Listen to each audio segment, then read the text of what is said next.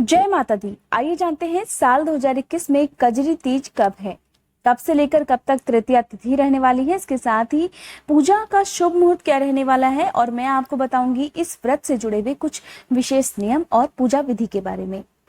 इस साल 2021 में कजरी तीज का व्रत रखा जाएगा 25 अगस्त बुधवार के दिन। इसके साथ ही तृतीया तिथि प्रारंभ होगी 24 अगस्त की शाम 4:04 से, जो कि समाप्त होगी 25 अगस्त की शाम 4:18 पर।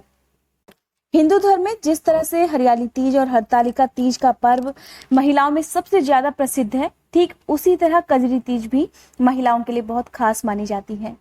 भाद्रपद महीने यानी कि भादो महीने के कृष्ण पक्ष में तृतीया तिथि को कजरी तीज का त्योहार मनाया जाता है। इस दिन सुहागिन महिलाएं व्रत रखती हैं। कजरी तीज को कहीं कहीं पर कजली तीज, बूढ़ी तीज और सातुड़ी तीज के नाम से भी जाना जाता है। जिस तरह से सुहागिन महिलाएं करवा चौथ का व्रत अपने पति की लंबी आयु की कामना से रखती हैं, ठीक उसी प्रकार कजरी तीज का व्रत भी अपने पति की लंबी आयु के लिए रखा जाता है। कजरी तीज के दिन शाम के समय चंद्र देवता की पूजा की जाती है। चंद्रमा को अर्घ्य देने के बाद और चंद्रमा के दर्शन करने के बाद ही व्रत खोला जाता है। तो मैं आपको बता देती हूँ 25 अगस्त बुधवार के दिन चंद्रोदय का समय क्या रहने वाला है। 25 अगस्त बुधवार की रात 8:56 पर चंद्रोदय का समय रहने वाला है।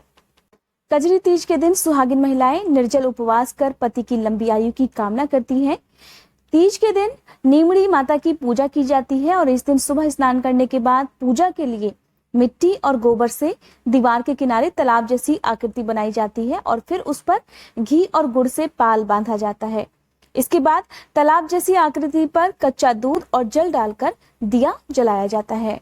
पूजा के लिए एक थाली में नींबू, ककड़ी, सेब, केला, सत्तू, रोली, अक्षत, मौली आदि पूजन सामग्री रखने के साथ ही नीमड़ी माता को अर्पित किया जाता है। इसके बाद दीवार पर मेहंदी, रोली की 13 बिंदियां और काजल की भी 13 बिंदियां लगाई जाती हैं। उसके बाद जो भी चीजें आपने नीमड़ी माता को अर्पित की है उसकी छाया आपको तालाब के दूध और जल में देखनी होती है। माना जाता है ऐसा करने से सुहागिन महिलाओं को अखंड सौभाग्य की और जीवन में सुख समृद्धि की प्राप्ति होती है। अगले दिन स्नान करने के बाद गाय को गुड़ खिलाने के साथ ही आपको अपना व्रत खोलना होता है। जो महिलाएं इस दिन सारा दिन निर्जल उपवास नहीं रख सकती हैं, वे शाम को चंद्र देवता की पूजा करने के बाद फलाहार ग्रहण कर सकती हैं। चंद्र देवता की पूजा आप कैसे कर सकती हैं?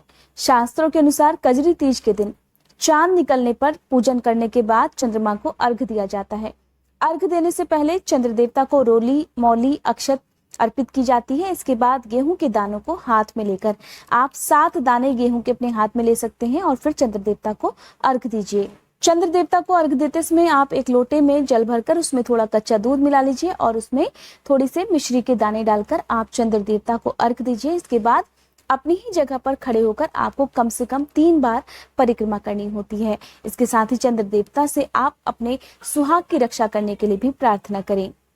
इस प्रकार कजरी तीज के दिन सुहागिन महिलाओं को 16 श्रृंगार भी करना चाहिए और श्रृंगार की वस्तुएं किसी सुहागिन महिलाओं को दान में भी देनी चाहिए। ये थी आज की जानकारी। उम्मीद करती हूँ आपको आज की ये वीडियो पसंद आई होगी।